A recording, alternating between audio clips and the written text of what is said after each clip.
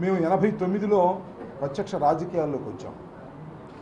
శాసనసభ్యుడిగా గెలిచాం. అప్పటి నుంచి కూడా రాజకీయాల్లో ఉంటూ ఉన్నాం.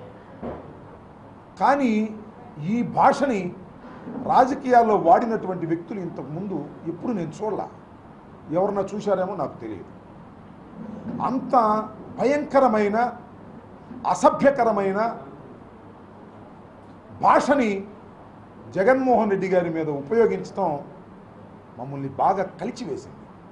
మమ్మల్నే కాదు, ప్రజాస్వామ్యం మీద నమ్మకం ఉన్నటువంటి ఏ వ్యక్తికైనా, ఏ పార్టీకి చెందినటువంటి వ్యక్తికైనా, తెలుగుదేశం పార్టీకి చెందిన వ్యక్తికైనా సరే ఈ అసభ్య పదజాలం విన్న తరువాత బాధ కలగక మానదని మనం చేస్తాం.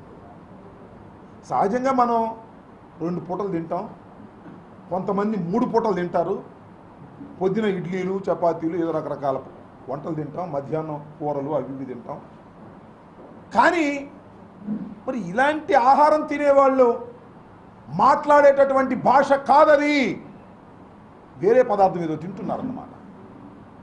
వేరే పదార్థం తినేవాళ్లకు మాత్రమే ఇలాంటి భాష బహిరంగంగా మాట్లాడే ధోరణి వస్తున్నది.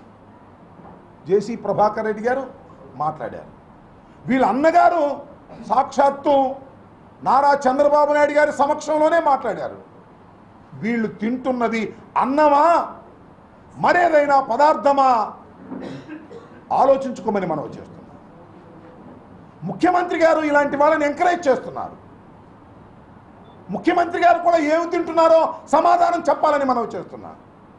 అయ్యా చంద్రబాబు నాయుడు గారు, గౌరవ ముఖ్యమంత్రి గారు, 9 సంవత్సరాలు ప్రతిపక్ష నేతగా ఉన్నటువంటి నారా చంద్రబాబు నాయుడు గారు,